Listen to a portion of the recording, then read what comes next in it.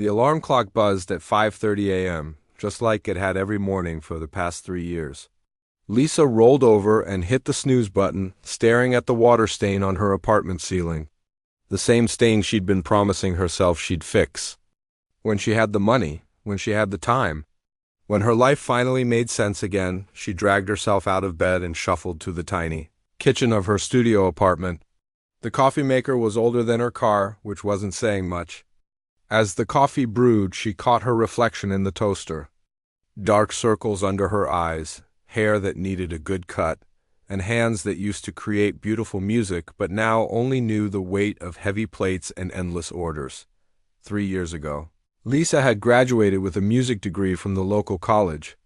She remembered walking across that stage, diploma in hand, thinking the world was her oyster. Her professors had called her gifted. Her parents had been so proud, taking pictures and posting them on social media for all their friends to see.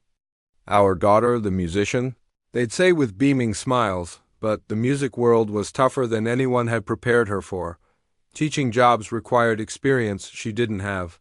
Orchestra positions went to people with connections she couldn't make. Private lessons barely paid enough to cover gas money. One by one, her dreams started shrinking, and her savings account started emptying. That's how she ended up at Romano's Italian restaurant, a family-owned place in the heart of downtown. The owner, Mr. Romano, was a kind man in his 60s who treated his employees like family. The pay wasn't great, but the tips were decent, and he let her pick up extra shifts whenever she needed them, which was pretty much always. Lisa had been working there for 3 years now, and she'd become part of the furniture. The regular customers knew her by name. They'd ask about her day, tip her well, and sometimes even request to sit in her section.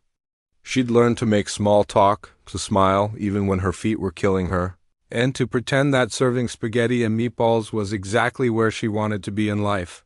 But every single day, she walked past that piano it sat in the corner of the main dining room, a beautiful black grand piano that had seen better days. The restaurant used to have live music on weekends, but the last pianist had quit 6 months ago to move to Nashville. Since then, the piano had become nothing more than an expensive decoration. Collecting dust and holding up flower arrangements, Lisa knew every scratch on its surface, every key that stuck a little when pressed. Sometimes when she was wiping down tables after closing, she'd run her fingers along the keys without pressing them down. She could almost hear the music in her head. Feel the way her hands used to dance across the keyboard when she was in college. Her coworkers didn't know about her musical background. As far as they were concerned, she was just Lisa the waitress. The one who could carry 6 plates at once without dropping anything. The one who never called in sick. The one who always picked up extra shifts when someone else couldn't make it. Maria, the other full-time waitress, often joked that Lisa was married to the restaurant. "You need to get out more," she'd say during their smoke breaks. "Find yourself a nice guy, go dancing, live a little." Lisa would just smile and nod, not mentioning that she used to spend her free time practicing piano for hours, losing herself in Bach and Chopin and Debussy. The truth was, Lisa had tried to keep playing at home. She'd bought a small electronic keyboard with her first paycheck from Romano's, thinking she'd practice in the evenings after work. But after standing on her feet for 8 hours, dealing with difficult customers and memorizing dozens of orders, the last thing she wanted to do was sit at a keyboard and remember everything she'd given up. The keyboard sat in her closet now, gathering dust, just like her music degree on the wall.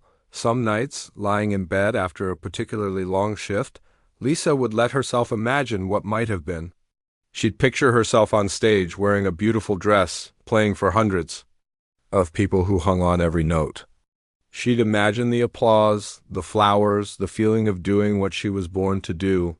But then morning would come, and she'd put on her black pants and white shirt and go serve Italian food to people who probably had no idea she'd ever touched a piano. The worst part wasn't the physical exhaustion or the aching feet or even the difficult customers who treated her like she was invisible.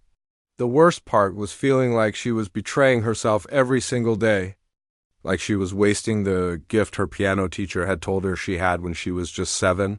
Years old. Mrs. Patterson had been her first teacher, an elderly woman who lived down the street from Lisa's childhood home. She'd recognized something special in Lisa's playing, even when she was just learning her scales. "This child has music in her soul," she told Lisa's parents. "Don't let it go to waste." Now, 20 years later, Lisa wondered if she'd done exactly that. The restaurant's morning prep work was always the same routine. Check the salt and pepper shakers, make sure the tables were properly set, fill the water glasses, and review the daily specials. Romano's wasn't fancy, but it was clean and welcoming. The kind of place where families came for Sunday dinner and couples had their first dates. As she worked, Lisa could hear the kitchen staff arriving, the familiar sounds of pots and pans clattering and the coffee machine hissing to life. The smell of garlic and herbs would soon fill the air, and by 11 o'clock, the restaurant would transform from an empty room into a bustling hub of conversation and laughter. But right now, in these quiet morning moments, Lisa allowed herself to look at the piano, really look at it. The way the morning light hit the polished surface. The way the keys seemed to be waiting for someone to bring them back to life. Sometimes she wondered if the piano missed being played as much as she missed playing it. 3 years of walking past that piano.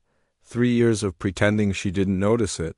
3 years of living a life that felt like it belonged to someone else. Lisa had no idea that everything was about to change, and that the piano she'd been avoiding would soon become the instrument of her destiny. Friday nights at Romano's were always crazy, but this particular Friday was something else entirely. Lisa had been running around since her shift started at 4 p.m., and it was now past 8 p.m. with no sign of things slowing down. Every table was full. There was a waiting list at the front door, and the kitchen was backed up with orders, but the real chaos was happening in the private dining room upstairs. The Patel family had booked the entire second floor for their daughter's wedding reception. It wasn't the actual wedding ceremony, but rather a celebration dinner for close family and friends who couldn't make it to the ceremony earlier that week. Lisa had served at plenty of these events before, but she could tell this one was special. The bride, Priya, was absolutely glowing in her beautiful red and gold dress, and her new husband couldn't stop smiling. Lisa had been assigned to help serve the private party along with Maria and 2 other servers. The family had planned everything perfectly.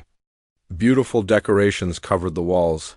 The smell of amazing Indian food mixed with Romano's Italian dishes filled the air, and everyone was dressed in their finest clothes.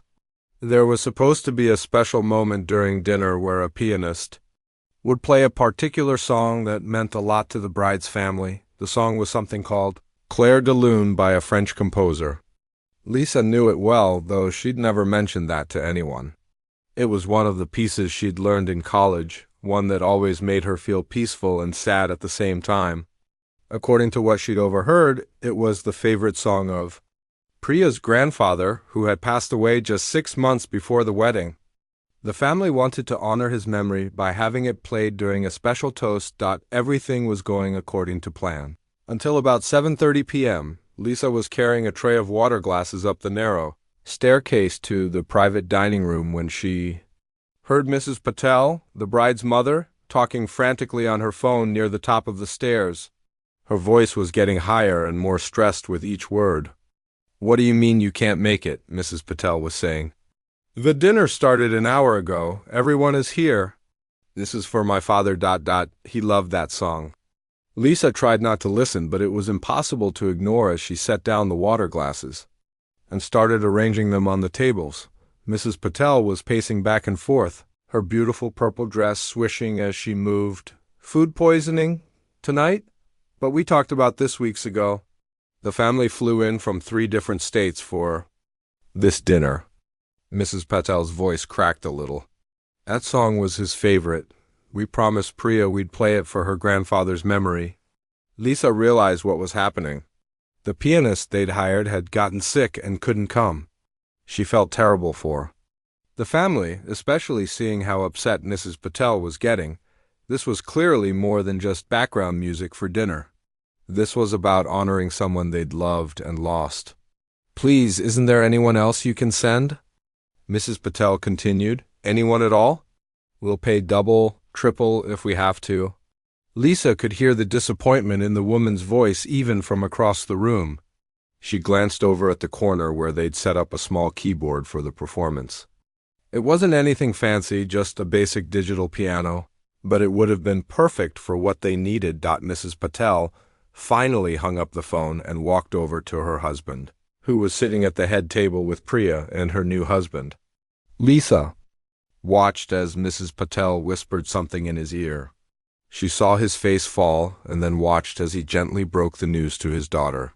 Priya's reaction was immediate. Her eyes filled with tears and she pressed her hand to her mouth. "But we promised," Lisa heard her say. "We promised we'd play Grandpa's song for him tonight." The room seemed to get quieter as the news spread among the family members. These weren't tears of anger or frustration.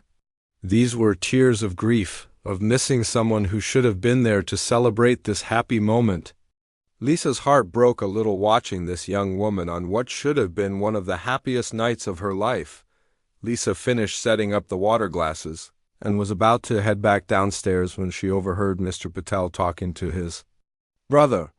"I should have learned to play piano when Dad was alive," he was saying. "He tried to teach me so many times when I was young, but I was always too busy with other things. Now I wish I could play his favorite song for Priya." That's when something inside Lisa shifted. She'd been carrying around this secret for 3 years, hiding her musical background like it was something to be ashamed of. She'd convinced herself that chapter of her life was over, that she was just a waitress now and nothing more. But standing there, watching this family grieve for someone who clearly meant the world to them, she realized that maybe her musical training didn't have to be a source of pain. Maybe it could be a gift instead, before she could talk herself out of it. Lisa walked over to where Mrs. Patel was standing with her husband and Priya. "Excuse me," she said quietly, her heart pounding so hard she was sure they could hear it. "I'm sorry to interrupt, but I couldn't help overhearing about your pianist." Mrs. Patel looked at her with red-rimmed eyes. "Yes, he got sick at the last minute. We understand these things happen, but it's just ... The song was very important to my father." Lisa took a deep breath. "I know this might sound strange, but I actually know how to play piano. I studied music in college, and I'm familiar with the song you mentioned. Claire de Lune is a beautiful piece." The 3 family members stared at her for a moment as if they couldn't quite process what she'd said. You know how to play piano?" Priya asked, wiping her eyes. "I do," Lisa said, though her voice was shaking. "I haven't performed in front of people for a while, and I'm still in my work uniform, but if you'd like, I could try to play your grandfather's song for you. I can't promise it'll be perfect, but I'd be honored to help honor his memory." "Mrs. Patel grabbed Lisa's hands. "You would do that for us? But you don't even know us." Lisa smiled, feeling something she hadn't felt in 3 years. A sense of purpose. A reason to use the gift that had been sitting dormant inside her for so long. "Music is meant to be shared," she said, "especially when it's for someone special." Priya started crying again, but this time they were tears of gratitude and hope. "Oh my goodness, yes, please, if you're willing to do this, it would mean everything to our family." Lisa nodded, her own eyes getting misty. Let me just let my manager know what's happening, and then I'll be right back." As she headed downstairs to find Mr. Romano, Lisa's hands were trembling. She was about to do something she hadn't done in years. She was about to sit down at a piano in front of a room full of strangers and play a piece that held deep meaning. For people she'd just met, she had no idea that this moment of kindness was about to change her entire life. Lisa's hands were shaking so badly she could barely hold on to the stair railing as she walked back up to the private dining room. She'd found Mr. Romano downstairs and quickly explained the situation. His face had lit up with surprise and pride when he learned about her musical background. "Lisa, in 3 years you never told me you could play piano," he'd said, shaking his head with a smile. "Go ahead, help that family. The restaurant can manage without you for a few minutes." Now, as she reached the top of the stairs, reality was hitting her hard. What had she just volunteered to do? She hadn't played piano in front of anyone for over 3 years. The last time was at her college graduation recital, and even then she'd been nervous. This was different. This was a room full of people she didn't know, grieving for someone they loved, counting on her to honor his memory with a perfect performance. The private dining room had gotten quieter since she'd left. Word had spread among the family members that the waitress might be able to play their grandfather's favorite song. All eyes turned to her as she walked back into the room, still wearing her black work pants and white button-down shirt with the Romano's logo on the pocket. She felt completely out of place among all the beautiful dresses and elegant suits. Mrs. Patel rushed over to her immediately. "Are you sure about this, dear? We don't want to put any pressure on you." Lisa nodded, though her stomach felt like it was full of butterflies. "I'm sure. Where would you like me to play?" Mr. Patel had already moved the small digital piano to the center of the room and plugged it in. It wasn't the grand piano downstairs, but it would have to do. Lisa walked over to the instrument and sat down on the small bench they'd provided. The keys felt foreign under her fingertips at first, cold and unfamiliar. She looked up at the room full of faces staring back at her. There were probably 30 people there, maybe more. Grandparents, parents, cousins, family friends, all waiting for her to do something meaningful for someone they'd loved and lost. The weight of their expectations felt enormous. "Before I play," Lisa said, her voice barely above a whisper, "could you tell me a little bit about your grandfather? It might help me play with more feeling." Priya wiped her eyes and smiled.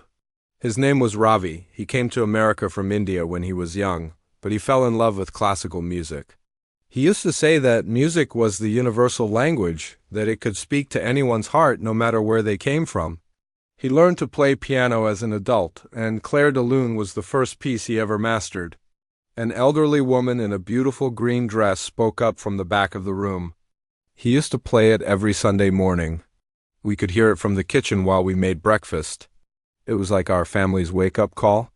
He said it reminded him of peaceful water," added a young man who looked like he might be Priya's cousin. "Like floating on a calm lake under the moonlight." Lisa nodded, feeling the pressure building even more. This wasn't just a song to these people.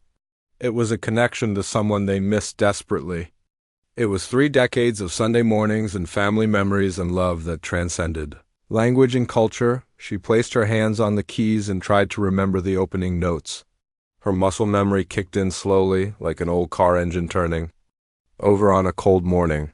The first few notes came out tentatively, quietly, as if she was testing whether her hands still remembered how to make music. The room went completely silent. Lisa closed her eyes and tried to transport herself back to her college practice rooms, back to the hours she'd spent learning this piece note by note.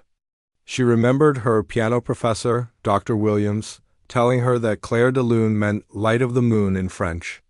"Don't just play the notes," he'd said. "Paint the moonlight with your fingers." As the familiar melody began to flow, something magical started happening. The nervousness didn't disappear completely, but it transformed into something else, into focus, into purpose, into the purest form of communication she'd ever experienced. Her fingers found their confidence about 30 seconds into the piece. The hesitant, careful notes gave way to something more fluid, more natural. It was like riding a bicycle after years of not touching one. The body remembers what the mind has forgotten. The digital piano wasn't the best instrument she'd ever played, but it didn't matter. The music was coming from somewhere deeper than the keys. It was coming from 3 years of stored emotion, from dreams that had been put on hold, from a love of music that had never really died despite being buried under daily struggles and unpaid bills. Lisa could feel the room's energy shifting as she played. The restless movement and quiet conversation stopped completely. Someone's phone, which had been buzzing with notifications, went silent. Even the sounds from the restaurant downstairs seemed to fade away. She opened her eyes briefly and saw Mrs. Patel crying quietly, her hand pressed to her heart. Mr. Patel had his arm around Priya, and they were both staring at the piano with expressions of pure amazement. The elderly woman in green had closed her eyes and was swaying slightly, as if she could hear her father's playing from decades of Sunday mornings. But it wasn't just the immediate family who was affected. Lisa noticed that other people had started gathering at the edges of the room. Restaurant staff who had finished their tasks downstairs had crept up to listen. Other diners who had heard the music floating down from the second floor had quietly made their way upstairs to see what was happening. The most challenging part of Clair de Lune comes about 2/3 of the way through, where the melody soars, and the left hand has to maintain a complex rhythm while the right hand dances across the higher keys. Lisa had always struggled with this section in college, but tonight, something was different. Tonight, she wasn't playing for a grade or to impress a professor. She was playing for Ravi, a man she'd never met but whose story had touched her heart. As she reached the final section of the piece, where the melody gradually fades like moonlight disappearing behind clouds, Lisa realized that something profound was happening. Not just in the room around her, but inside herself. For the first time in 3 years, she felt like she was exactly where she belonged, doing exactly what she was meant to do. The last note hung in the air for what felt like forever before slowly fading into complete silence. For a moment, nobody moved. Nobody spoke. The room was suspended in that perfect quiet that only comes after something truly beautiful has happened. Then Mrs. Patel started clapping, tears streaming down her face. "That was exactly how my father played it," she whispered. "Exactly." The applause that followed was unlike anything Lisa had ever experienced. It wasn't just appreciation for a performance. It was gratitude for a gift freely given, for a stranger who had stepped forward to help a family honor their loved one's memory. But Lisa had no idea that someone in the room was recording everything on their phone, and that within hours her life would never be the same again. Lisa had no idea her life was about to completely change forever. As she stood up from the piano bench, still shaking from the emotional performance, she was focused on getting back to work. The applause was wonderful, and seeing the joy on the Patel family's faces made every nervous moment worth it. But she still had tables to serve downstairs and a shift to finish. What she didn't know was that Priya's cousin, Kevin, had been recording the entire performance on his phone. He'd started recording just to capture the moment for family members who couldn't be there. But as Lisa's playing got more beautiful, he realized he was witnessing something truly special. Kevin was a college student who spent most of his free time on social media. He had about 1,500 followers on various platforms, nothing huge, but he knew good content when he saw it. As Lisa played those final notes, he'd gotten chills up and down his arms. He looked around the room and saw that everyone else was feeling the same thing. After the applause died down and Lisa headed back downstairs, Kevin pulled his cousin Priya aside. "You have to see this," he said, showing her the video on his phone.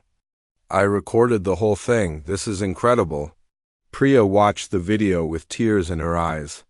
"Oh my goodness, you can actually feel Grandpa's presence in the music.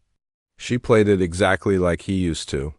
"I want to post this online," Kevin said. "I know she's just a waitress, but this performance was amazing. People need to see this." Priya hesitated for a moment. "Should we ask her first?" "I'll keep her face mostly out of it," Kevin promised. "I'll focus on the piano and her hands.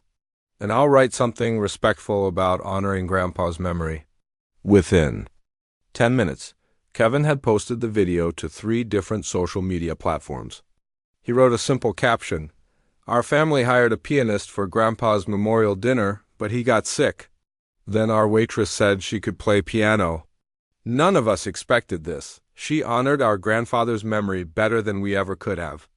Imagine, music truly is the universal language. #unexpected, #piano, #beautiful, #memorial. The video started picking up views immediately. Kevin's friends and family members began sharing it, commenting about how moved they were by the performance. But social media has a funny way of spreading content far beyond what anyone expects. By the time Lisa finished her shift at Romano's around 11 p.m., the video had been shared over 100 times and had gotten thousands of views. But Lisa didn't know about any of this. She went home to her small apartment, made herself a cup of tea, and sat on her couch thinking about the evening. Playing piano again had felt like coming home after a long journey. Her fingers were sore in a way they hadn't been for years, the good kind of sore that comes from doing something you love. She found herself humming Clair de Lune as she got ready for bed, something she hadn't done since college. Meanwhile, the video was taking on a life of its own. A popular music blogger with 50,000 followers had seen Kevin's post and shared it with his own caption, "Sometimes the most incredible talent is found in the most unexpected places." This waitress just gave me chills. That's when things really exploded. The video started getting shared by accounts with hundreds of thousands of followers. Musicians, music teachers, and classical music lovers were all commenting and sharing. The story was exactly the kind of feel-good content that social media users love to spread, an ordinary person with extraordinary talent, stepping up to help a grieving family, creating a moment of pure beauty in an unexpected place. By Saturday morning, Lisa's performance had been viewed over 1 million times across all platforms combined. The comments were pouring in from all over the world. "I'm a professional pianist and this gave me goosebumps. Who is she? This is what music is supposed to do, touch souls. Beautiful. I'm crying at work watching this. The way she played with such emotion for strangers. Someone needs to find this woman and give her a recording contract." Lisa woke up Saturday morning completely unaware of any of this. She had the weekend off from Romano's, which was rare. She was planning to do laundry, clean her apartment, maybe treat herself to a nice breakfast at the diner down the street. Her phone had been on silent all night, so she didn't notice the missed calls and text messages until she was making coffee. The first text was from her sister in California. "Lisa, call me immediately. Are you the waitress in this video?" Confused, Lisa scrolled through her messages. Her college roommate had sent a link. Her old piano teacher had somehow found her number and left a voicemail. Her parents had called 3 times. With trembling hands, she clicked on the link her sister had sent. There she was, sitting at the piano in her work uniform, playing Claire de Lune for the Patel family. The video quality wasn't perfect, but you could hear every note clearly. You could see her hands moving across the keys, and more importantly, you could feel the emotion in the music. Lisa sat down hard on her kitchen chair and stared at her phone. The video had over 2 million views. 2 million people had watched her play piano. The comments section was full of people trying to figure out who she was and where she worked. Her phone rang. It was her mother. "Lisa, honey, is this really you? Your father and I are crying watching this video. Why didn't you tell us you were still playing piano? Mom, I haven't played in years." This was just ... just happened. A family needed help, and Sweetheart, you have a gift. This video is everywhere. People are calling you a hidden talent, a musical angel. The local news station in Phoenix just called us asking if we know how to reach you. Lisa's head was spinning. The news wants to talk to me? Multiple news stations, honey. And not just local ones.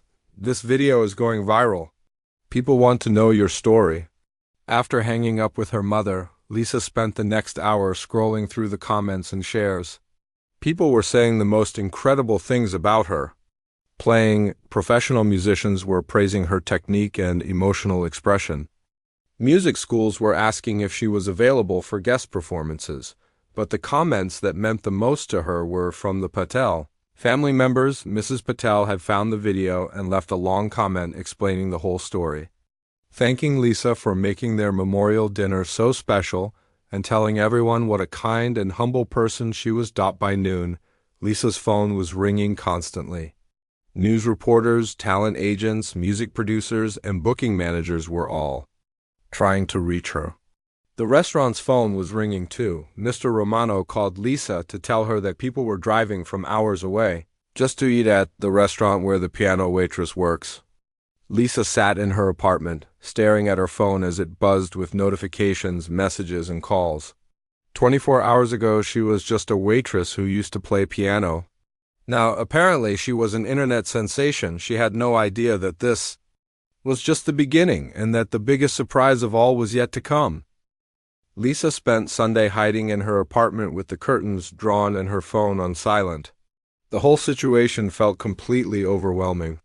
She'd gone from being invisible to having millions of people know her face in less than 48 hours. Every time she checked social media, the numbers kept growing. 3 million views, 4 million views. 5 million views. The comments were beautiful but intense. People were calling her an inspiration, a hidden gem, a musical angel. Some were even starting fan pages dedicated to her performance. It was flattering but also terrifying. She was just Lisa, the waitress from Romano's. She wasn't ready to be anyone's inspiration. Monday morning brought a phone call that would change everything. Is this Lisa Rodriguez? The voice on the other end was professional but warm. Yes, this is Lisa. Who's calling? My name is Patricia Chun, and I'm the assistant conductor for the Metropolitan Symphony Orchestra. I saw your video performance and I had to reach out personally. Lisa nearly dropped her phone. The Metropolitan Symphony Orchestra was the most prestigious musical organization in the city. She dreamed of auditioning for them back in college, but never thought she was good enough. I'm sorry, I think there might be some mistake, Lisa stammered. I'm just a waitress. I haven't performed professionally in years. That's exactly why I'm calling, Patricia said with a laugh. Your performance showed something that can't be taught in music school. You played with pure emotion, pure heart. Our conductor, Maestro Williams, watched your video 3 times. He wants to meet with you. Lisa's hands started shaking. He wants to meet with me? But I don't have recent performance experience or ...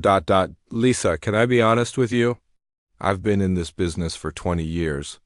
I've heard thousands of trained musicians play Clair de Lune. Most of them play it perfectly, technically speaking. But you played it like you understood every single note, like you felt the composer's heart. That's not something you can learn from a textbook. They scheduled a meeting for Wednesday afternoon. Lisa spent the next 2 days practicing on her old keyboard, trying to shake off 3 years of rust. Her neighbors probably thought she'd lost her mind. Hearing piano music coming from her apartment at all hours, Wednesday arrived faster than she expected. The symphony's rehearsal hall was even more intimidating in person than she'd imagined. Huge ceilings, perfect acoustics, and a gorgeous grand piano sitting in the center like a work of art. Maestro Williams was a distinguished man in his 60s, with kind eyes and silver hair. He greeted Lisa like she was an old friend rather than a nervous waitress in her best dress. Thank you for coming, Lisa. I hope you don't mind, but I've invited a few of our musicians to listen today. Your video has been the talk of our orchestra. For days, Lisa looked around the room and realized that about a dozen professional musicians were sitting in the audience chairs, all watching her with curious expressions. Her stomach dropped to her feet. What would you like me to play? She asked, her voice barely above a whisper. Whatever feels right to you, Maestro Williams said. Music should come from the heart, not from pressure. Lisa sat at the piano and closed her eyes. She thought about that night at Romano's, about the Patel family and their love for their grandfather. She thought about all the years she'd spent walking past that dusty piano in the restaurant, ignoring the part of herself that missed music most. She started with Clair de Lune, the piece that had started this whole journey. But this time, playing on a concert-quality piano in a room designed for music, something even more magical happened. The notes seemed to fill every corner of the space, wrapping around her like a warm blanket. When she finished, the silence in the room was profound. Then one of the violinists started clapping, and soon everyone was applauding with the same intensity she'd experienced at the restaurant. Lisa, Maestro Williams said, walking over to the piano, how would you feel about performing as our guest? Soloist for our winter concert series? Lisa blinked hard, sure she'd misheard. I'm sorry, what? We have a concert in 6 weeks featuring pieces by French composers. Clair de Lune would fit perfectly in the program. We'd love to have you perform it with full orchestra accompaniment. The room seemed to spin around her. You want me to perform with the symphony in front of an audience? A sold-out audience? Patricia added with a smile. Tickets went on sale this morning after we announced your potential appearance. They sold out in 4 hours. Lisa's legs felt weak. But I'm not a professional musician. I'm a waitress. You're a musician who happens to work as a waitress, Maestro Williams corrected gently. There's a big difference. Your job doesn't define your talent. The next 6 weeks passed in a blur of rehearsals, interviews, and preparations. Lisa kept her job at Romano's, working lunch shifts so she could rehearse with the orchestra in the evenings. Mr. Romano was incredibly supportive, even putting up a sign in the restaurant window. Home of Lisa Rodriguez, featured soloist with the Metropolitan Symphony Orchestra. The media attention was intense but mostly positive.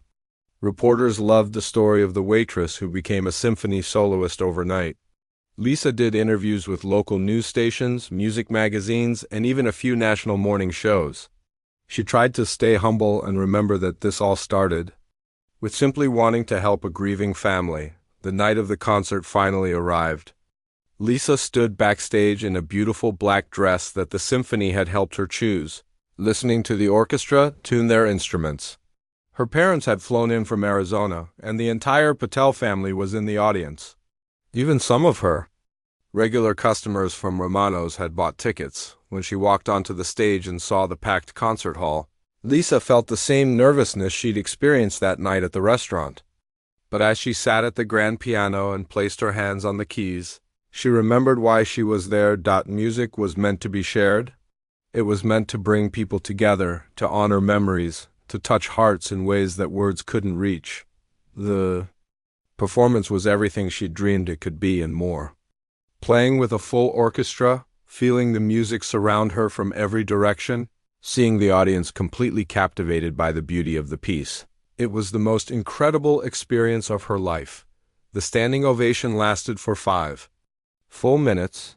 After the concert, Lisa kept working at Romano's, but everything had changed. The restaurant started hosting piano nights with Lisa every Friday and Saturday evening. People came from all over the city to hear her play and eat Mr. Romano's famous pasta.